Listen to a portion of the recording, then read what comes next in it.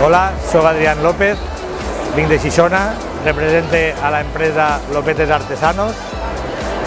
Nosaltres ens dediquem a fabricar torrons i xocolates. Tenim una marca que es diu Nuches, que està molt orientada a productes ecològics. És la primera volta que estem aquí a la Fira APAT i estem molt contents perquè hem pogut fer contactes molt interessants en tendes que venen productes de proximitat, on valoren molt la qualitat, la sostenibilitat i les històries que n'hi ha darrere dels productors com som vosaltres.